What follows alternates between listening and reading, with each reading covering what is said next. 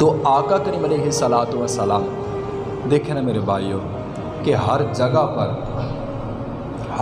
پر اپنے امتی کو یاد رکھا ہوا ہے کہ آقا کریم علیہ الصلاۃ والسلام نے سوال کیا کہ اے صحابہ کہ عجیب ایمان کس کا ہے؟ تو صحابہ کرام نے عرض کی کہ یا رسول اللہ عجیب ایمان انبیاء کا ہے۔ تو آقا کریم علیہ الصلاۃ والسلام نے ارشاد فرمایا وہ کیسے؟ ان پر تو وہی نازل ہوتی ہے، وہ عجیب کیسے ہوا؟ تو پھر عرض کی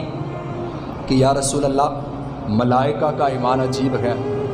تو آقا نے فرمایا کہ ان کا بھی ایمان عجیب نہیں ہے، کیونکہ وہ اللہ رب العزت پر تسبیح بھیجتے ہیں، وہ رب تعالیٰ کا دیدار کرتے ہیں، تو ایمان عجیب تو نہیں ہوا۔ تو پھر صحابہ کرام نے عرض کی کہ یا رسول اللہ صحابہ کرام کا ایمان عجیب ہے۔ تو آقا کریم علیہ الصلاۃ والسلام نے آگے سے فرمایا کہ آپ کا ایمان کیسے عجیب ہوا؟ آپ نے تو میرے معجزات دیکھے گئے، آپ نے تو میرے اشاروں سے چاند ٹوٹتے دیکھا گیا، آپ نے میری انگلیوں سے دودھ کی نہریں جاری ہوتے دیکھا گیا، آپ نے میرے ہاتھوں سے پتھروں کو کلمہ پڑھتے دیکھا گیا، آپ نے میرے اشارے سے درختوں کو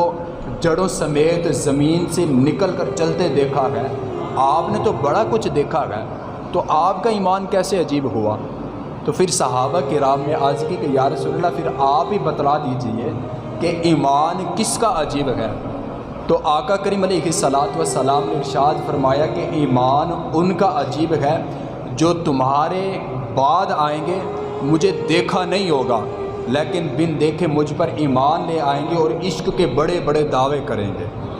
تو آج سے 1400 سال پہلے بھی ہمارا ذکر ہو رہا ہے،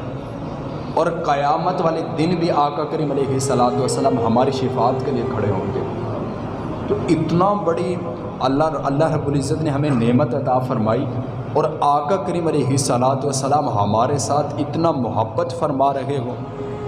اور ہم حضرت بدلے میں سب کچھ بھول بیٹھے۔ حضرت میں شروع میں بھی یہ بات کر گیا تھا کہ آج نا دل کی دنیا کچھ متغیر ہے،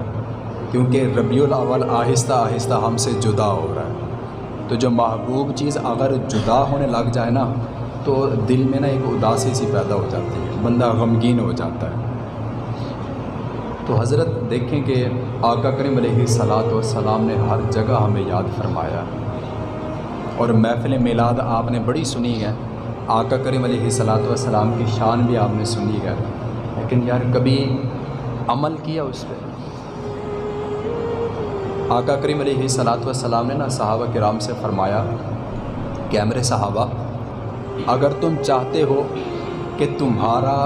رزق بڑھ جائے اور عمر بھی زیادہ ہو تو ایک کام کرنا۔ تو ہم بھی تو چاہتے ہیں نا کہ رزق زیادہ ہو اور عمر بڑھ جائے، ہر بندے کی جناب یہ خواہش ہے۔ تو آقا کریم علیہ الصلاۃ والسلام نے صحابہ سے فرمایا کہ اے میرے صحابہ اگر تم چاہتے ہو کہ ہمارا رزق کشادہ ہو، بڑھ جائے اور عمر بھی لمبی ہو تو ایک کام کرنا۔ تو صحابہ کرام نے عرض کی کہ یا رسول اللہ وہ کون سا کام ہے؟ تو آقا نے فرمایا صلی اللہ تعالیٰ علیہ وسلم کہ اپنے رشتہ داروں سے حسن سلوک کیا کرو، تمہارا رزق بھی بڑھ جائے گا، تمہاری عمر بھی بڑھ جائے گی۔ لقد کان لکم فی رسول اللہ اسوۃ حسنہ، یار ہمارے پاس آقا کریم علیہ الصلاۃ والسلام کی ذات جیسا اسوہ حسنہ ہو، اور ہم تعلیم لینے جائیں باہر کے ملکوں سے، قرآن ہمارے پاس موجود ہو اور ہم تعلیم لینے جائیں جناب دنیا کے آخری کونے میں، جو خود قرآن مجید سے استفادہ کرتے گئے، ہمارے پاس اتنا بڑی نعمت ہے، اس کے باوجود بھی وہ کہتے ہیں نا کہ قدر نعمت ہمیشہ زوال نعمت کے بعد ہوتی ہے۔ جب ہم اس دنیا سے چلے جائیں گے نا پھر ہمیں پتہ چلے گا کہ ہم نے کیا کھویا ہے اور کیا پایا ہے۔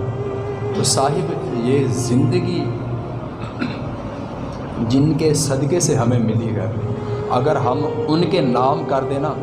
تو دکھ کوئی نہیں ہوگا۔ اگر ہم دنیا میں عام بات ہے کہ اگر ہمیں کسی سے انس ہو جاتا ہے، اگر کوئی بندہ ہمیں اچھا لگ جاتا ہے، ہم کہتے ہیں جی ہماری زندگی تیرے نام ہے۔ اگر وہ بے وفائی کر جائے تو مرنے کا دل کرتا ہے کہ نہیں کرتا؟ خودکشیاں کر جاتے ہیں کہ یار